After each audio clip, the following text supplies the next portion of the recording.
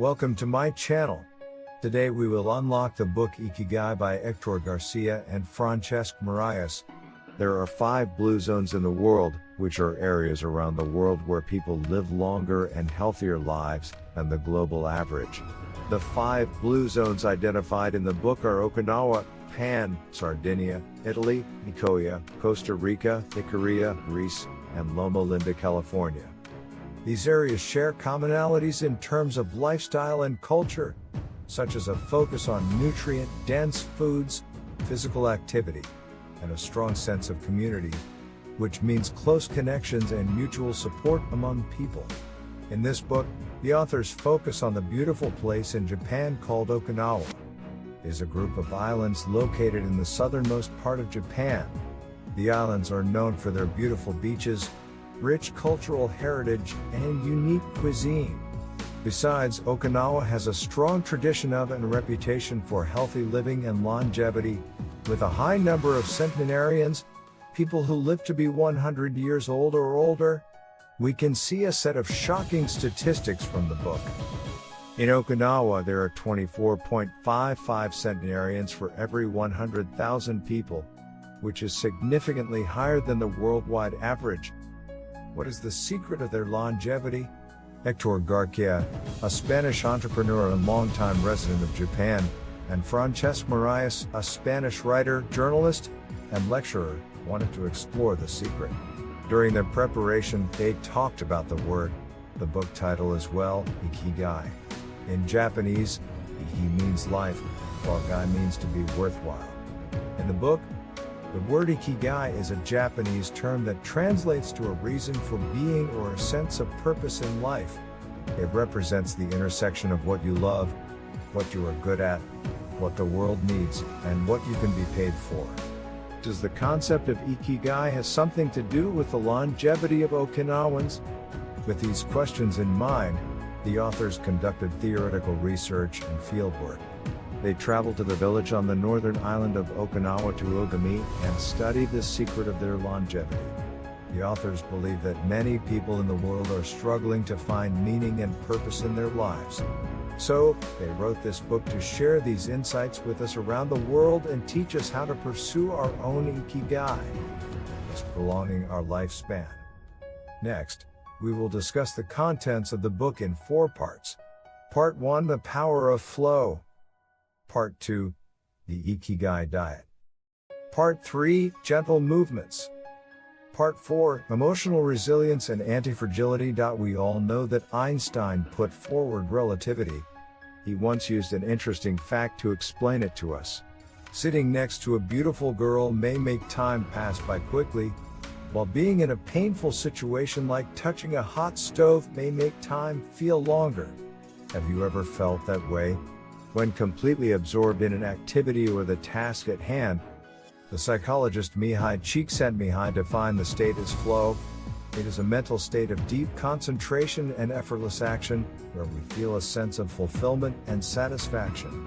It is often associated with peak performance and creativity and can be experienced in various activities, from sports to music to work.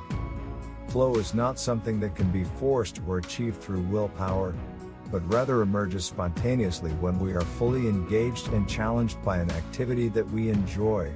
The state of flow can be found in a variety of activities, such as playing a musical instrument, rock climbing, painting, or coding. It is that feeling of being in the zone, where time seems to fly by. If you are a musician, you might enter a state of flow while improvising a solo. A climber might experience it while scaling a difficult route, or a painter might find it while lost in the creative process of a new piece. When we engage in activities that align with our Ikigai, we are more likely to experience flow because we are pursuing something that is meaningful and fulfilling to us. What is the connection between flow and longevity? Reaching a state of flow can contribute to longevity by reducing stress and promoting a sense of purpose and fulfillment in life.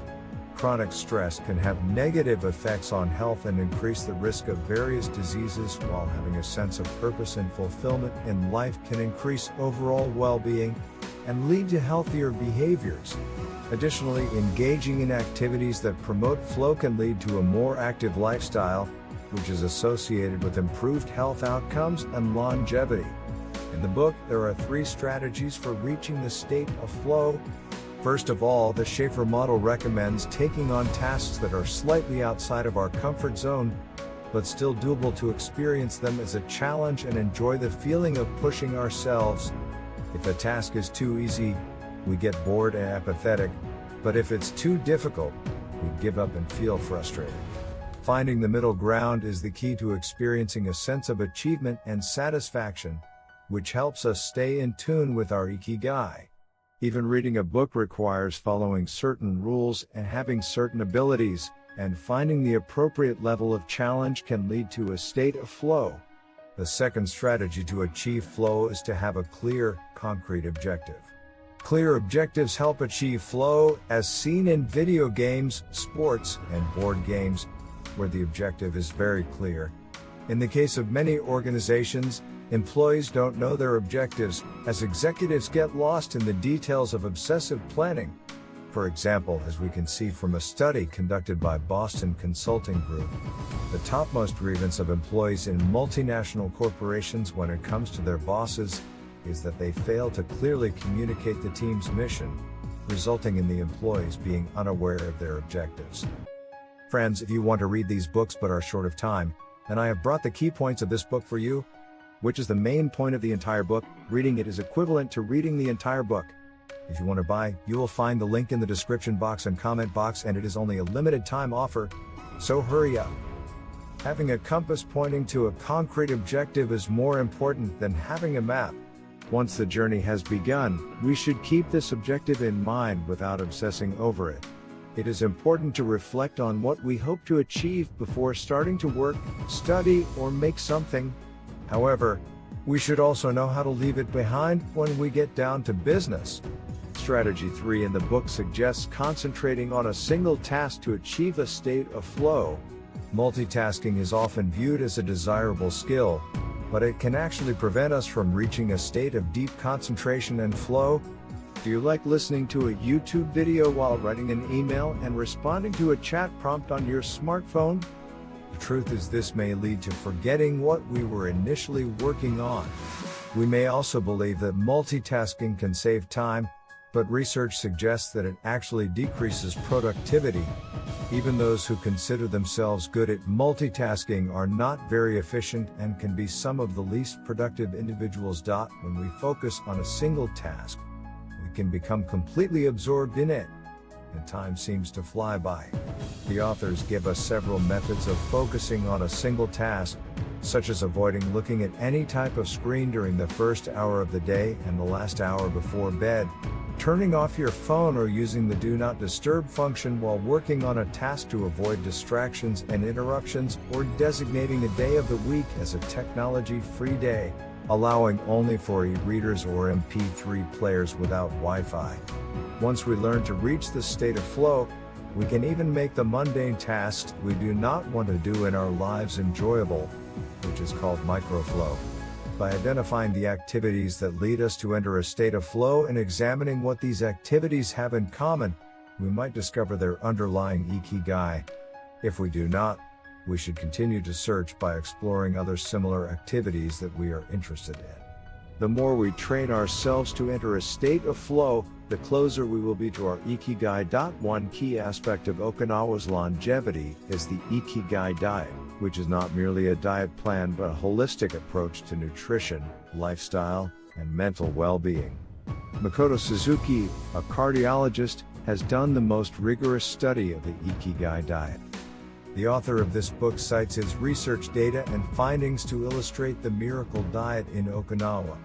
What exactly is the secret of the Ikigai diet? In this chapter, we will introduce it to you and provide practical examples of incorporating it into your daily life. At the heart of the Ikigai diet is the belief that a balanced and mindful approach to eating can lead to improved physical health, greater happiness, and longevity.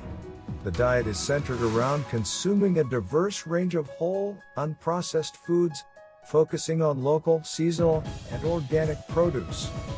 Incorporating the Ikigai diet into your life begins with making mindful food choices.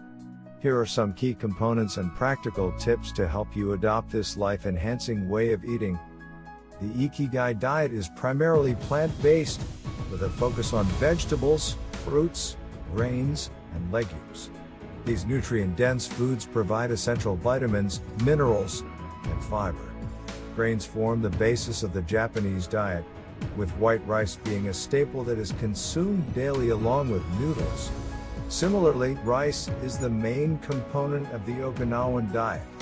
Apart from grains, vegetables, potatoes, legumes, and soy-based items like tofu comprise the solid foundation of an Okinawan's diet. While some people are still obsessed with the fast food culture, centenarians in Okinawa eat 18 different foods each day on average. Therefore, begin by incorporating a variety of colorful vegetables and fruits into your daily meals, aiming for at least 5 servings per day. Although the diet is predominantly plant-based, it does allow for the occasional consumption of fish and lean meats in moderation. Okinawans eat fish 3 times a week on average.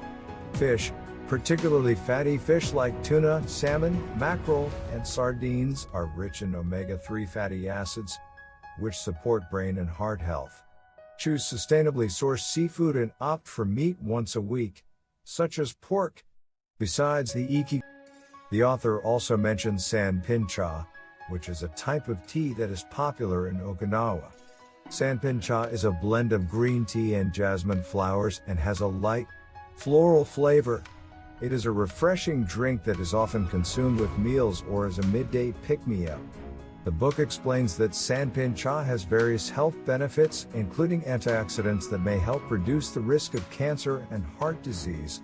Additionally, jasmine in sanpin cha has a calming effect that can help reduce stress and promote relaxation.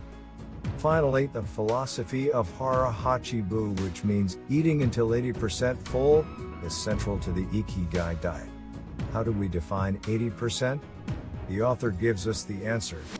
If you become aware that you are almost full but still have some room for more food, simply stop eating. The question is, can we really live longer if we eat less? The author gives us a positive answer that reducing calorie intake without causing malnutrition has been shown to promote longevity. The practice of eating until 80% full encourages mindfulness and moderation in eating, helping to prevent overeating and promoting healthy digestion. To apply this principle, serve smaller portions, eat slowly, and listen to your body's hunger cues. The author also tells us about the concept of superfoods. They refer to nutrient-dense foods that are especially beneficial for health and well-being, such as turmeric, seaweed, tofu, and shiitake mushrooms. The 5-2 diet, also known as the fasting diet, suggests consuming fewer than 500 calories for 2 days each week and eating normally for the remaining 5 days. This alternative to the 80% rule can help promote health benefits such as decreasing the levels of IGF-1, a protein that contributes to the aging process. However, we should know that the Ikigai diet is not about strict rules or deprivation. It is about finding balance, joy, and nourishment in your daily meals. Embrace variety and enjoy the flavors of different foods while keeping in mind the principles of moderation and mindfulness.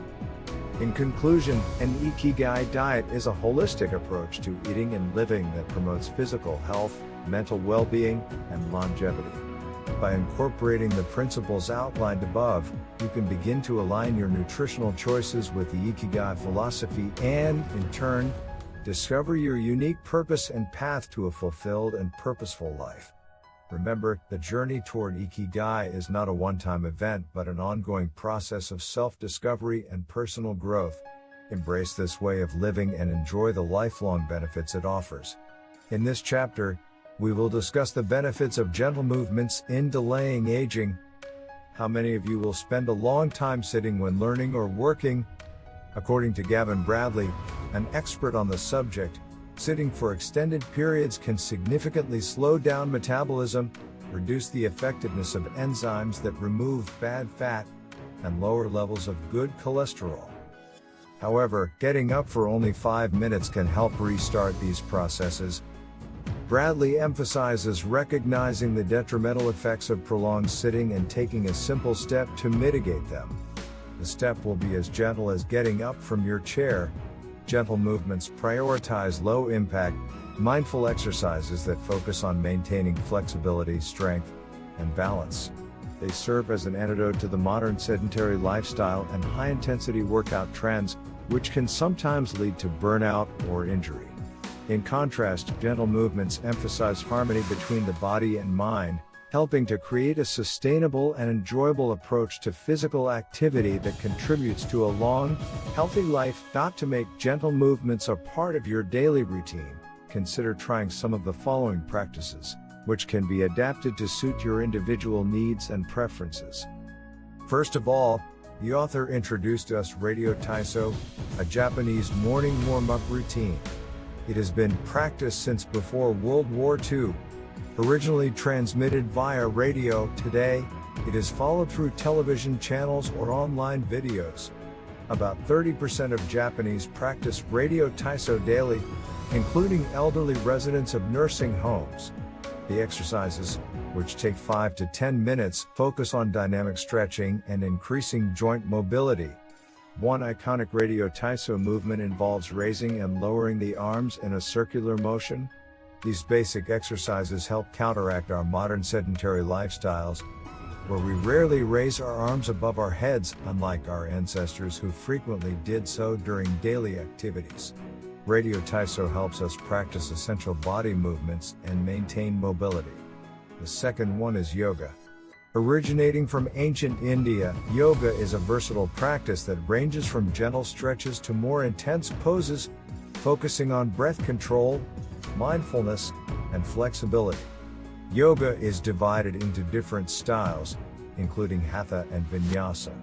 The sun salutation, mentioned by the authors, is a part of Hatha yoga practice, which is a series of flowing yoga poses performed in a sequence designed to harmonize the body and mind while paying tribute to the sun as a source of life and energy. This sequence is known for its ability to warm up the body, increase flexibility, and enhance overall well-being. The sun salutation typically consists of 12 postures performed in a continuous cycle. Each posture is coordinated with the breath, ensuring a focus on mindfulness and presence during the practice.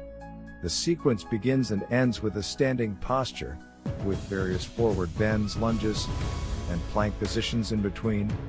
Next, two gentle movements that the authors tell us both come from China. One of them is Tai Chi, a Chinese martial art that consists of a series of slow, fluid movements. Is Tai Chi only suitable for older people? The truth is that Tai Chi's adaptability to different levels of intensity and styles, such as Yang, Chen, or Wu, makes it suitable for various individuals, regardless of age or fitness level. Although Tai Chi is divided into different styles, they have the same objectives. Its practice can provide numerous health benefits, such as improved posture, flexibility and balance, reduced stress and anxiety, and better sleep quality. There are 10 basic principles of Tai Chi, including keeping the shoulders and elbows relaxed and lowered, focusing on internal energy rather than physical strength, and moving the body as a whole. Similar to Tai Chi, Qigong is a modern form of an ancient Chinese practice called Tao Yin. In Chinese, Qi means life force or energy, while Gong means work. So, Qigong is a combination of physical exercises and breathing techniques to stimulate the flow of life force or energy throughout the body. Qigong is also based on the 5 elements: earth, water, wood, metal, and fire.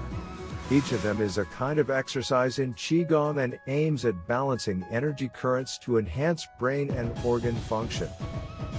What can this gentle movement bring us? According to the authors, Qigong offers significant health benefits, including better brain function, hormonal balance, improved bone density, and efficient bodily functions.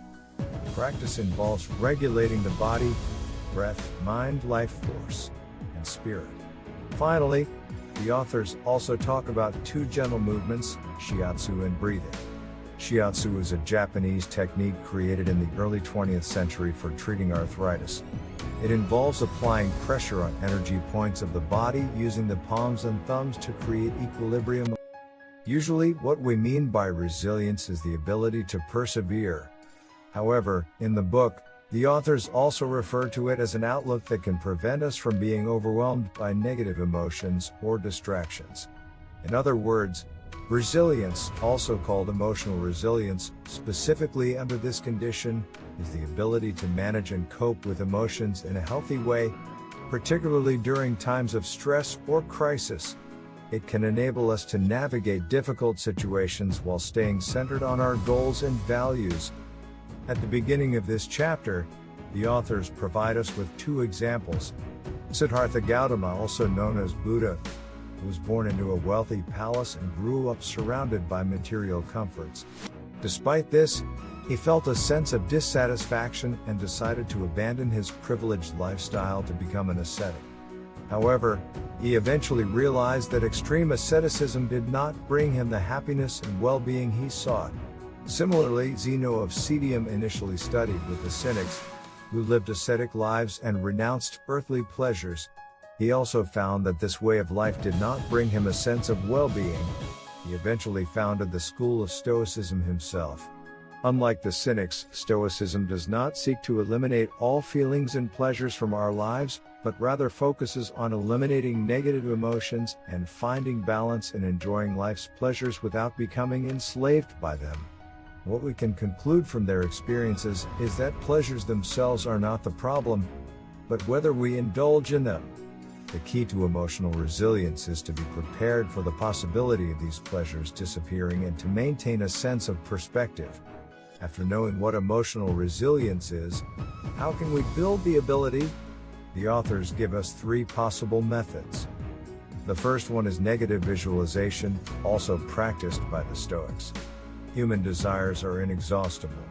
We buy the latest iPhone, but we start longing for the newer model within a few months.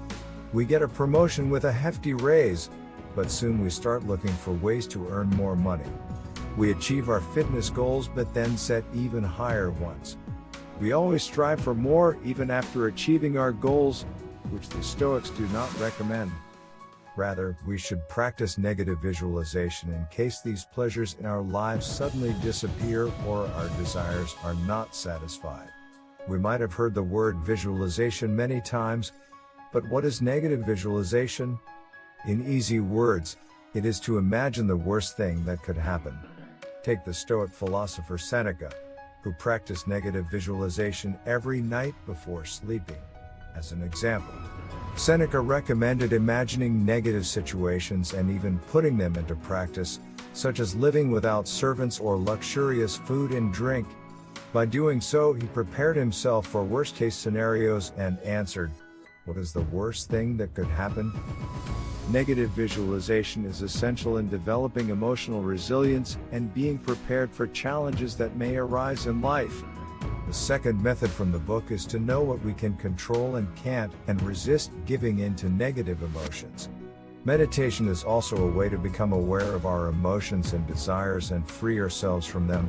According to Zen Buddhism, a form of Buddhism that emphasizes meditation and intuition over scripture or doctrine.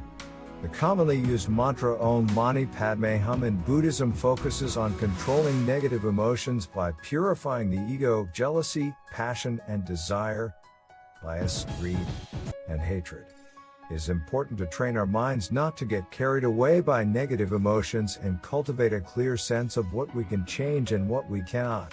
The concept of wabi-sabi in Japanese culture teaches us to appreciate the imperfect and ephemeral nature of the world around us, finding beauty in things that are flawed and incomplete.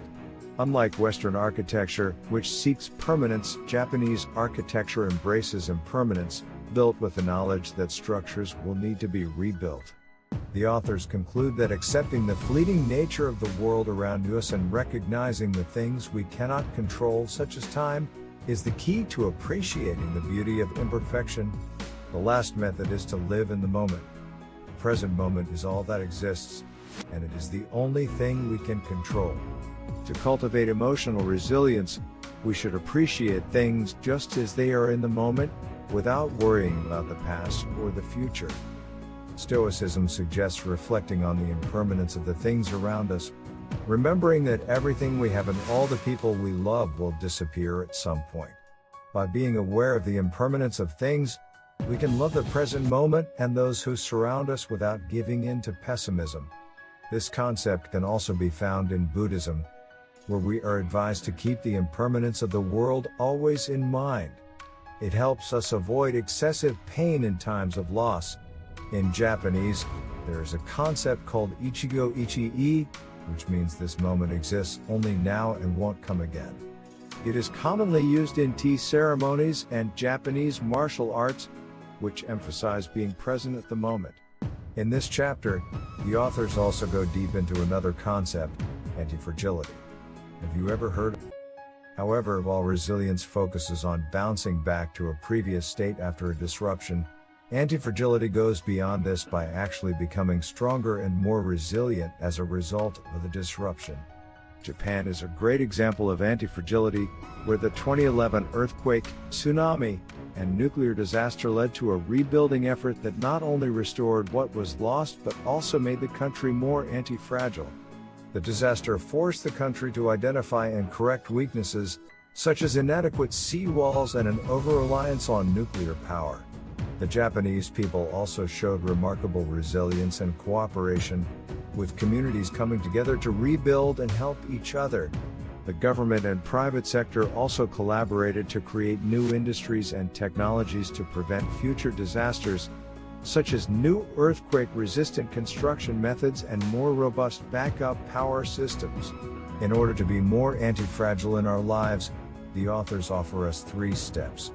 The first step is to create redundancies in different areas of our lives, such as income, relationships, and personal interests. It means having multiple sources of income, cultivating strong friendships, and pursuing diverse hobbies, which can help us to withstand unexpected events and emerge stronger from adversity. For example, according to the statistics from the book, all the seniors interviewed in Ogami had 2 occupations, 1 main and 1 additional, with the majority of them growing vegetables as a secondary occupation and selling them in the local market. By not putting all our eggs in one basket, we become anti-fragile and better equipped to deal with the unexpected challenges that life may bring. The second step is to bet conservatively in certain areas and take many small risks in others, just like in the world of finance. For example, if we have $10,000, how can we spend it? According to the authors, we can invest $9,000 in an index fund and the remaining $1,000 in 10 startups with huge growth potential. Even if 3 of the startups fail, 3 decrease in value, and 3 increase in value only slightly, the remaining startup that increases in value 20-fold will make up for the losses. We can still make money and benefit from the damage as long as we don't expose ourselves to dangers that might sink us. The goal is to take small risks with potential benefits while avoiding large risks that could be detrimental, such as investing in a questionable fund. Step 3 involves identifying and eliminating the people, things, and habits that make us fragile. It includes setting good riddance goals and avoiding toxic people, bad habits, and unnecessary obligations. For example, write down spending 20 minutes every day reading a book or stop staying in bed each morning in our notebooks. All in all, the key to building resilience is to embrace adversity and use setbacks as opportunities for growth, applying the lessons learned to all areas of our lives. Now that we've picked out and covered the major points of the book Ikigai, let's briefly review what we have learned. In part 1, we got to know that the state of flow is a mental state of deep concentration and effortless action, where we feel a sense of fulfillment and satisfaction. It can be experienced in a wide range of activities, such as sports, music, and work. The state can contribute to longevity by reducing stress and promoting a sense of purpose in life. In the book Ikigai, the authors suggest 3 strategies for reaching a state of flow: taking on tasks that are slightly outside of our comfort zone, having a clear, concrete objective, and concentrating on a single task. By training ourselves to enter a state of flow, we can become closer to discovering our Ikigai and living a fulfilling life. In part 2, we discuss the Ikigai diet. The diet encourages us to incorporate more plant-based foods, sustainable seafood, soy-based products, fermented foods, and natural sweeteners, and to limit our intake of processed foods, sugar, and salt. In addition, we can start by drinking green tea, staying hydrated, and practicing hara hachibu, which are also key components of this approach to eating. In part 3, we learn that incorporating gentle movements into our daily routine can help us combat the detrimental effects of prolonged sitting, which is becoming increasingly common in our modern sedentary lifestyle. These low-impact, mindful exercises can help maintain flexibility, strength, and balance, improving overall physical and mental well-being. What gentle movements can we choose? There are a variety of practices, such as radio taiso, yoga, tai chi, qigong, shiatsu, and breathing techniques, to align our consciousness with our body and promote overall well-being. Making gentle movements a part of our daily routine can nurture a more harmonious relationship with our body, support our overall well-being, and cultivate a healthier, more balanced lifestyle. In part 4, we talked about emotional resilience and anti-fragility. By practicing negative visualization, knowing what we can control and what we can't, and living in the present moment, we can learn the ability of resilience. To be more anti-fragile, we should create redundancies, take small risks, and eliminate fragility. By applying these lessons to our lives, we can navigate difficult situations with grace and emerge stronger and more resilient than before. All in all, we have our own Ikigai that gives meaning to our lives and inspires us to the end. Have you found it yet? If you still need to, your next task is to find it. It is all about today's bookie.